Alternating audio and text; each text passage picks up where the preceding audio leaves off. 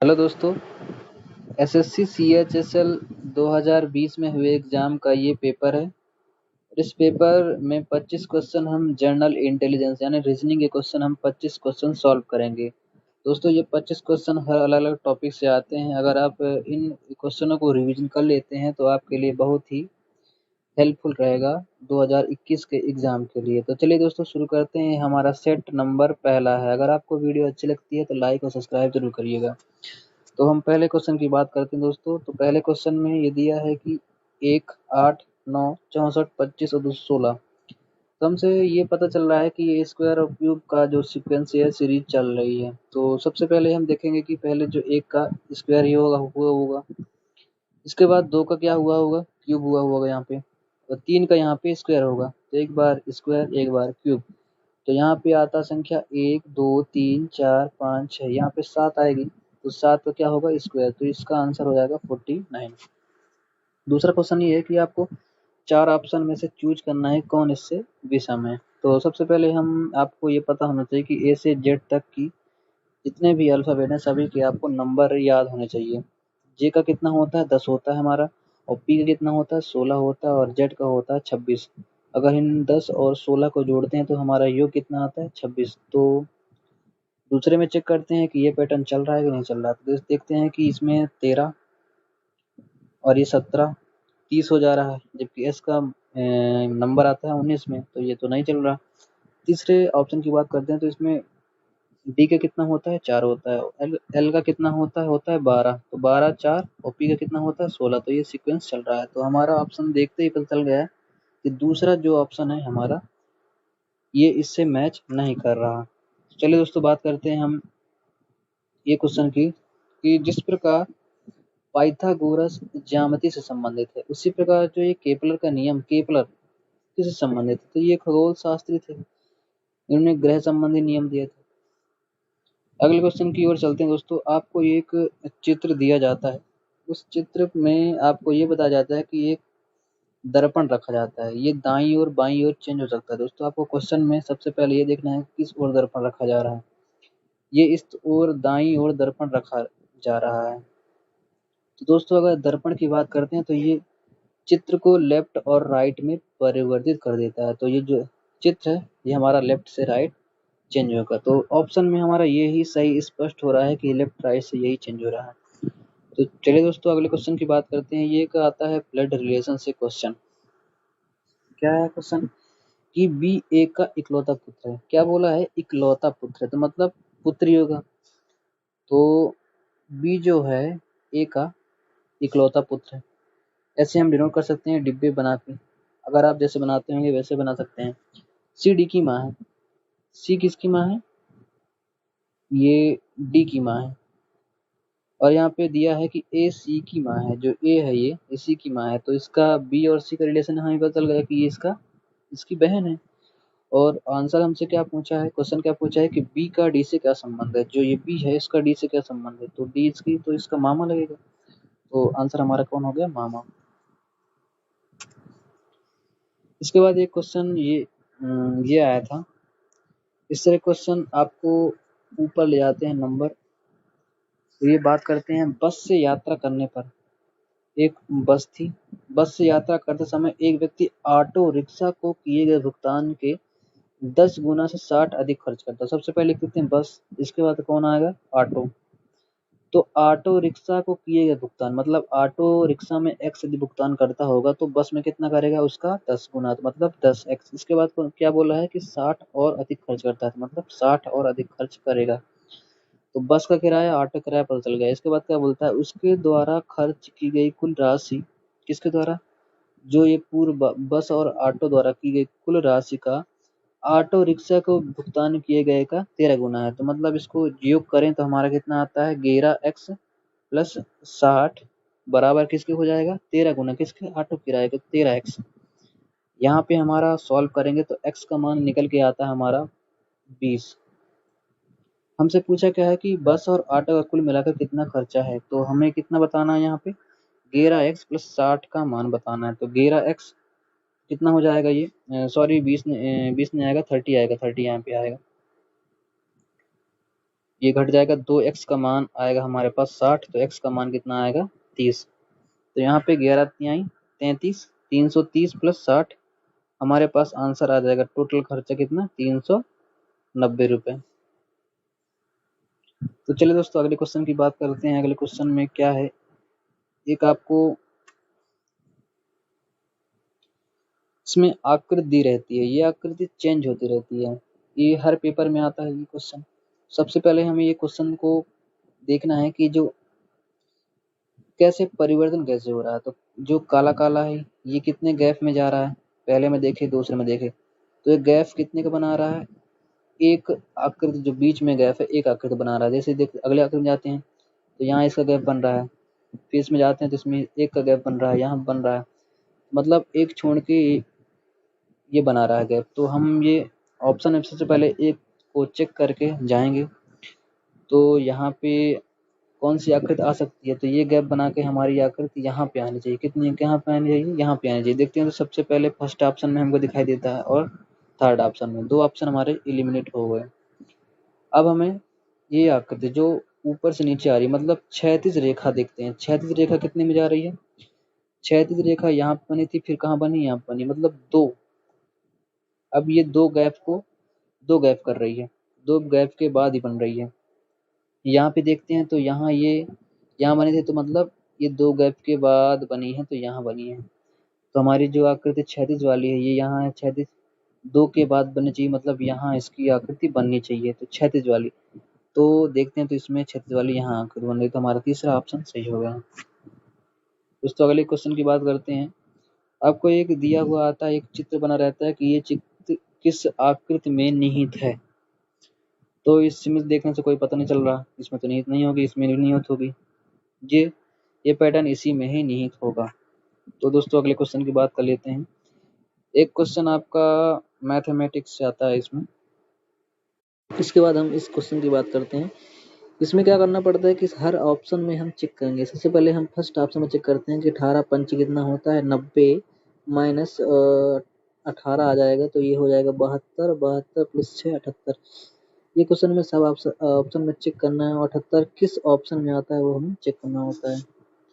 तो अगले क्वेश्चन की बात करते हैं। तो 11वां क्वेश्चन है, इसमें बोला है कुछ लड़के हॉकी खेलते हैं, तो बॉयज क्या खेलते हैं, हॉकी खेलते हैं, और कुछ लड़कियां बैडमिंटन नहीं खेलती हैं, मतलब कुछ गर्ल्स बैडमिंटन नहीं खेलती हैं।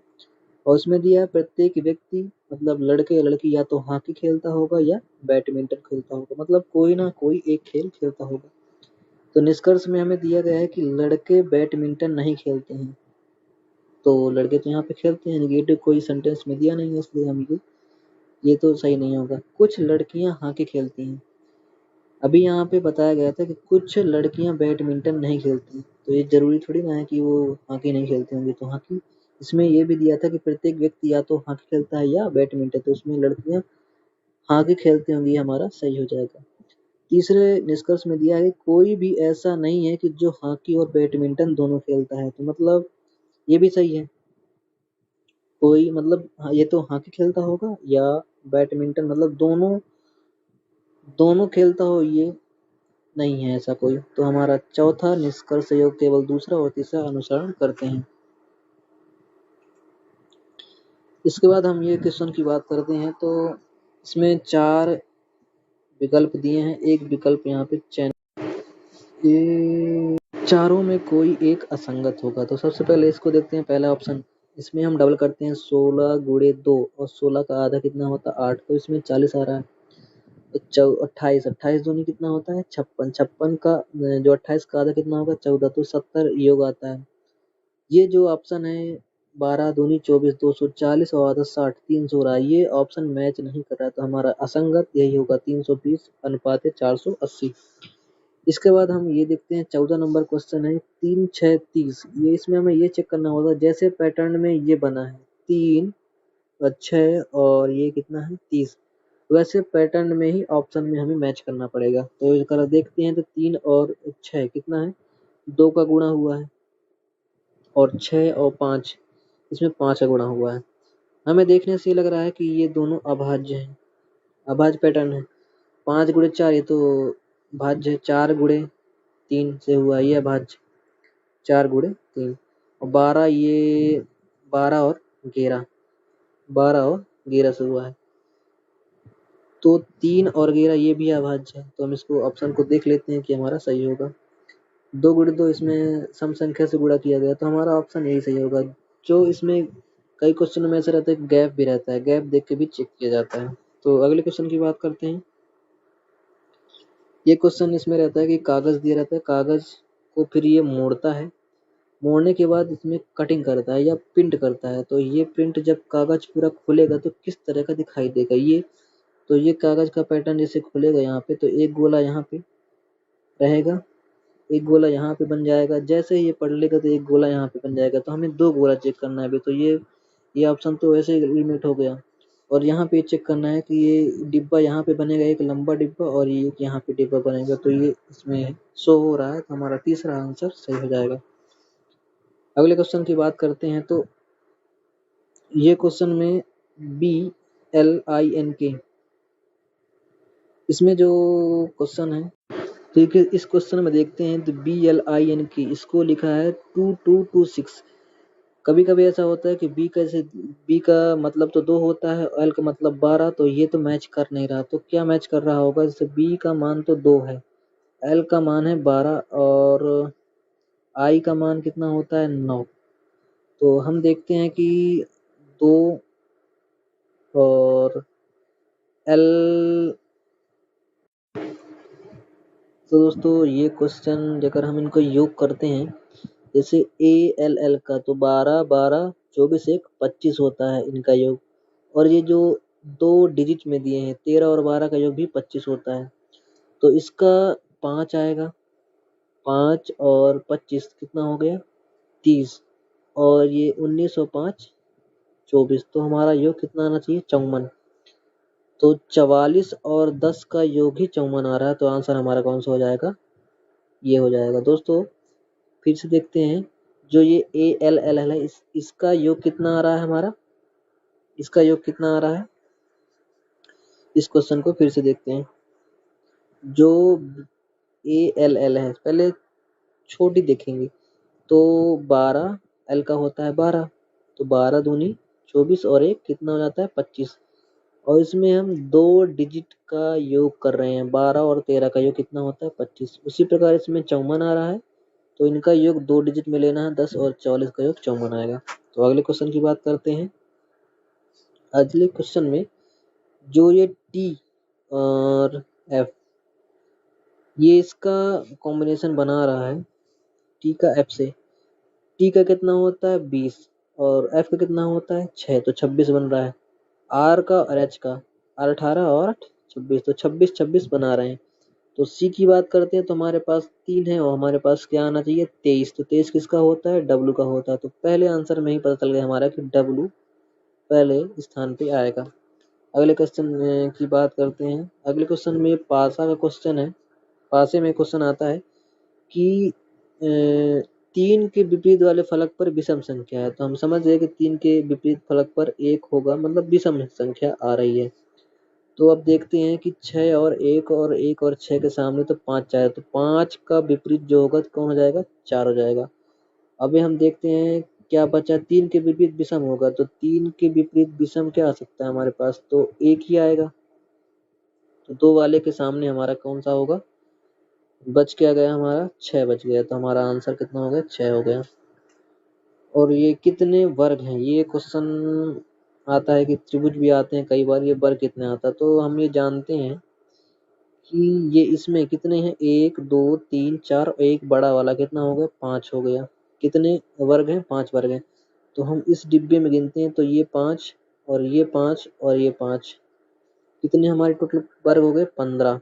अब इसमें कॉमन कौन सा है, ये वाला कॉमन है और ये वाला कॉमन है, तो -2, तो हमारे पास कितने टोटल बच गए 13। अब सबसे बड़े वाले में गिनते हैं। सबसे बड़े वाले में देखेंगे तो सबसे बड़े वाले में 5 निकल के आ जाएंगे, लेकिन हमारा जो कॉमन रहेगा ये कॉमन रहेगा, ये कॉमन रहेगा। कौन सा कॉमन रहेगा, ये कॉमन रहेगा और ये कॉमन रहेगा। तो हमारे पास कितने निकल के आ रहे हैं 13 और 3 बच जाएंगे, 2 कॉमन 13 3 अभी 16 हो गए। और ये एक ये अभी 2 और बचे हैं हमारे पास, कौन कौन से, एक ये हो जाएगा और एक ये हो जाएगा, तो प्लस 2, 18 हमारे इसमें वर्ग निकल के आ रहे हैं। तो अगले क्वेश्चन की बात करते हैं। अगले क्वेश्चन में दिया है CLOC क्लॉक का क्या दिया है, CNSIS।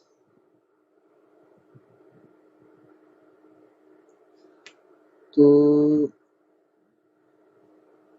इसमें क्या पैटर्न लगा है, C, मतलब C का C हो गया है इसमें और L का हो गया है N।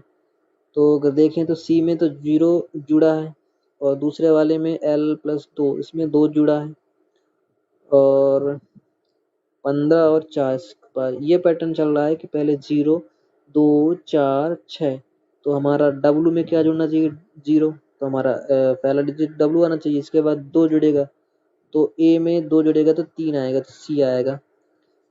इसके बाद T में कितना जुड़ना चाहिए 4 जुड़ना चाहिए तो 24 आना चाहिए, तो ये वाला आंसर हमारा सही होगा WCXP। इसके बाद अगले क्वेश्चन की बात करते हैं। जिस प्रकार सहारा अफ्रीका से संबंधित है, सहारा कहाँ है अफ्रीका में, इस प्रकार कहाँ होगा, गोबी जो है गोबी कहाँ है एशिया में, थार कहाँ है एशिया में अपने हैं तो ऑस्ट्रेलिया में नहीं होगा, तो गोबी हमारा कहाँ है एशिया में, तो ये हमारा आंसर सही हो गया।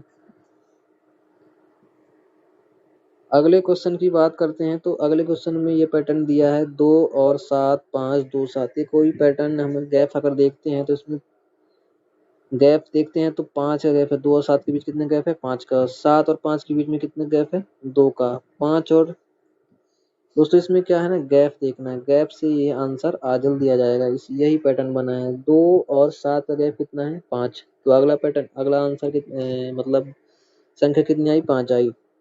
7 और 5 का गैप कितना है 2, तो अगली संख्या हमारी कौन सी आई 2 आई।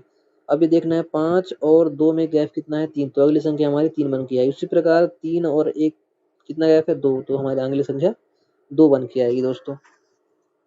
इसके बाद ये क्वेश्चन ये हमारा आता है अर्थपूर्ण क्रम में जमाना पड़ता है, तो ये तो सही है कि षटभुज 6 आएगा, ये 7 भुज तो 4 1 ये हमें कर सकते हैं। ये क्वेश्चन एक है कि अरविंद अपने मासिक वेतन का आधा हिस्सा अपनी पत्नी के घरेलू खर्च के लिए देता है। तो मासिक वेतन हम ये देख रहे हैं कि मासिक वेतन में ये 7 आ रहा है, तो हम कुछ मान लेते हैं 14 मान लेते हैं पूरी वेतन हम। तो अरविंद अपने मासिक वेतन का आधा हिस्सा मतलब पत्नी को घरेलू खर्च के लिए कितने देता है 7 रुपए देता है। ये कितना देता है 7 रुपए। इसके लिए वह अपने व्यक्तिगत पर 2500 रुपए खर्च करता है। व्यक्तिगत पर कितने खर्च करता है 2500 रुपए खर्च करता है और मासिक वेतन के 3/7 भाग प्रति माह बचत करता है। तो 7 दूनी 14 3 रहेगा यहाँ, तो 6 बचत करता है और ये बराबर किसके है 14 के। तो 7 6 13, एक का मान कितना दे दिया है 2500 दिया है, तो वो हमारे 14 का मान ज्ञात करना है। अरविंद का प्रति औसत वेतन कितना होगा, तो हम इसमें गुणा कर देंगे कितने का 2500 का गुणा करेंगे, 25 गुणते 14 7 28 7 35, तो ये कितना आ जाएगा हमारे पास 35,000 रुपए उसकी मासिक वेतन है। अगला हमारा लास्ट क्वेश्चन की बात करते हैं दोस्तों। तो ऑस्ट्रेलिया और सिडनी, दोस्तों यहाँ पे ऑस्ट्रेलिया दिया है और सिडनी दी है और एम्स्टर्डम दिया है। तो सिडनी कहाँ से संबंधित है ऑस्ट्रेलिया के अंदर है, एम्स्टर्डम नीदरलैंड की राजधानी है, तो ऑस्ट्रेलिया के अंदर सिडनी आ जाएगा और एम्स्टर्डम अलग रहेगा। दोस्तों अगर आपको वीडियो अच्छा लगता है तो शेयर और सब्सक्राइब जरूर करिएगा। ये हमारा सेट पहला है, इसी तरह सेट आते रहेंगे तो आप अपनी प्रिपरेशन 2021 के लिए यही क्वेश्चन से करते रहेंगे तो आपके मार्क्स बहुत ज़्यादा इंक्रीज हो जाएंगे दोस्तों। यही पैटर्न में पूरा पेपर आता है, तो देखने के लिए थैंक यू।